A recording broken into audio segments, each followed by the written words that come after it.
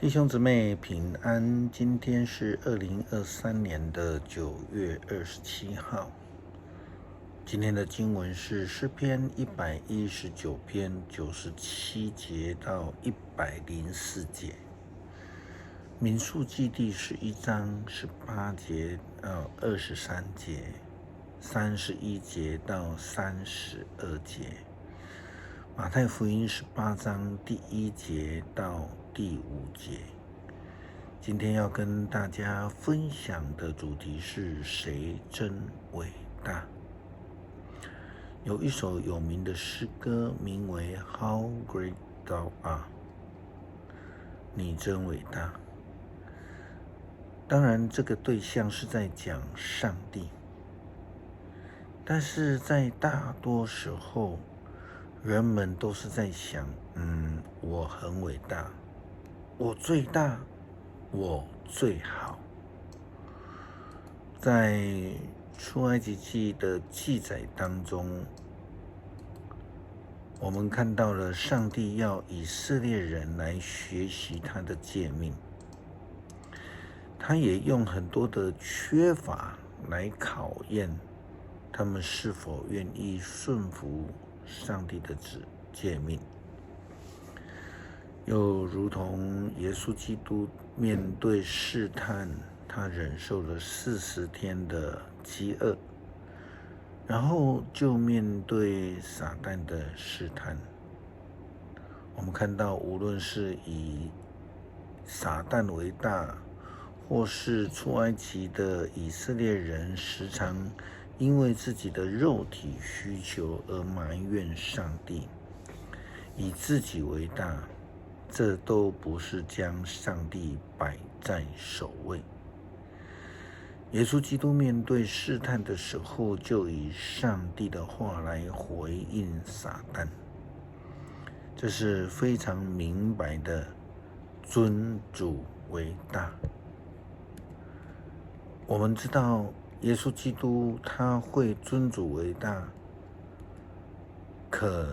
非常可能是受到他的母亲玛利亚的影响，因为圣经的记载，玛利亚总是尊主为大。什么样的人能够或是会去领受上帝的恩典呢？基本上那些自认为软弱、缺乏、需要帮助的人，他们才会去领受上帝的恩典。高傲的人基本上是不会领受上帝恩典的。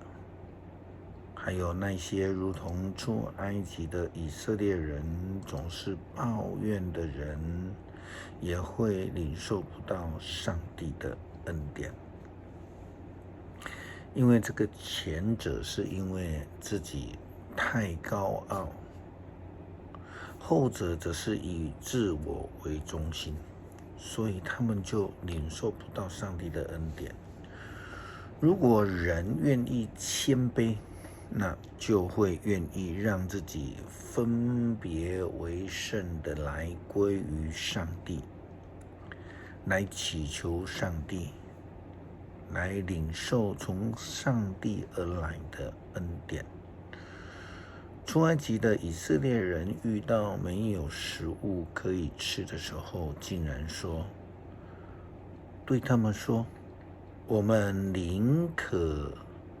宁愿上帝在埃及就把我们杀掉算了，在埃及我们至少可以围着肉锅吃得饱饱的，可是你们把我们带到旷野，要我们在这里饿死。这是出埃及记第16章第3节的经文。这完全是以自我为中心，好像上帝完全不能亏待他们一样，好像他们是上帝的上帝。今天的经文民数记11章第18节到23节的经文这样说道：你要吩咐人民说，你们要洁净自己，大家预备明天吃肉。上主听见了你们的怨言，说你们想吃肉，你们觉得在埃及还好过些，上主就要给你们肉吃，你们一定得吃下去。你们不只吃1天、2天、5天、10天，甚至20天，你们要整整吃1个月的肉，直到肉从你们的鼻孔喷出来，使你们厌恶。这事一定要发生，因为你们厌弃在你们中间的上主，埋怨他说你们不该离开埃及。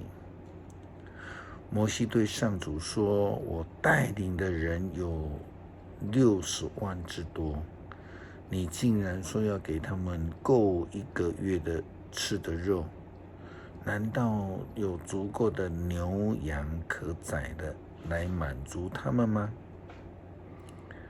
海里的鱼恐怕也不够他们吃呢。上主回答，我的能力有限吗？你就要看见我说的话会不会实现。以色列人重要吗？当然很重要。以色列人伟大吗？当然不是。他们就连自己的日常饮食都没有办法来解决，他们需要哭求啊，他们需要透过埋怨摩西跟上帝，但是上帝根本不顾念他们的违逆，赐给他们玛拿，更赐给他们鹌鹑肉可以吃。请我们注意经文的记载，其实经文写得非常有趣了哈。31节这样说：突然间，上帝使风刮起，成群的鹌鹑从海上飞来，离地面只有1公尺高。它们停留在营地和四周，到处都是，东西南北，绵延好几公里。人民整天整夜都在捕捉鹌鹑，第2天也在捕捉，每个人至少抓到1000公斤。他们把鹌鹑摊在营地的四周晒干。台语的翻译是说，每个人捡拾了1公尺高的鹌鹑肉，最少的也有10堆了哦。那现代中文译本的翻译则是每个人捡拾了1000公斤，这样的情形绵延了好几公里。只有上帝能够赏赐恩典给需要的人，就如同诗篇23篇所说的福杯满溢。人伟大吗？诗篇告诉我们，人算什么？但是许多的基督徒，就连耶稣基督的门徒们也都忘记了，却是想要争着当老大。他们不是在讨论如何的跟随上帝，却是在争论谁是最伟大的。圣经记载说，那时候门徒来问耶稣，在天国里谁最伟大？耶稣当然对这样的情形是很不满意的，于是耶稣基督这样说。耶稣叫了一个小孩子来，让他站在他们中间，说，我实在的告诉你们，除非你们回转，变成像小孩子一样，你们绝不能成为天国的子民。像这个小孩子那样的谦卑的，在天国里就是最伟大的。为了我而接待这样一个小孩子的，就是接待我。门徒争论谁是最伟大的，或是我们在争论谁是伟大的，绝非真理的教导。